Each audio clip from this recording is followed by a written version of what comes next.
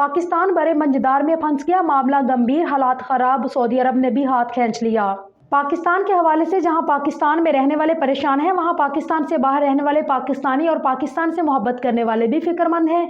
इस हवाले से हस्ब रवायत पाकिस्तान के मसाइल को कौम के सामने रखने और उनके हल के लिए सीनियर सहाफ़ी मुबशर लुकमान अपना तजिया, राय और फिक्रमंदी का इजहार करते रहते हैं। आज इसी हवाले से उनकी गुफ्तगू सीनियर सहाफ़ी काशिफ अब्बासी से हुई, जिसमें उनका कहना था कि उस वक्त पाकिस्तान से बाहर अवामुन्नास बहुत ज़्यादा फिक्रमंद है।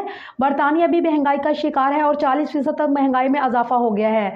लोगों के हालात बहुत ख़राब हैं, खाने के लिए कुछ नहीं मिल रहा। पाकिस्तान में गंदम वगैरह लोग जमा कर लेते हैं, अक्सर किसान हैं, इसलिए पाकिस्तान में कुछ ऐसे महसूस नहीं होता। काशिफ अब्बासी ने मुबशर लुकमान के साथ इत्तफाक की राय करते हुए कहा कि इस बात में कोई शक नहीं कि पाकिस्तान इस वक्त मुआशी दलदल में फंस चुका है और अब तो IMF जैसे इदारे ने भी बहुत ज़्यादा कड़ी शराइत सुना दी हैं।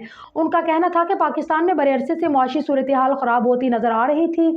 बहुत सख्त फैसले हुए और अब मज़ीद सख्त फैसले करने होंगे, तब जाकर कुछ बेहतरी की उम्मीद की जा सकती है। जारी गुफ्तगू में ये बात भी सामने है कि सऊदी अरब भी अब पाकिस्तान से दस्ते शफ़क़त हटा रहा है, तो ऐसी सूरत में हालात तो मज़ीद मुश्किल हो जाएंगे।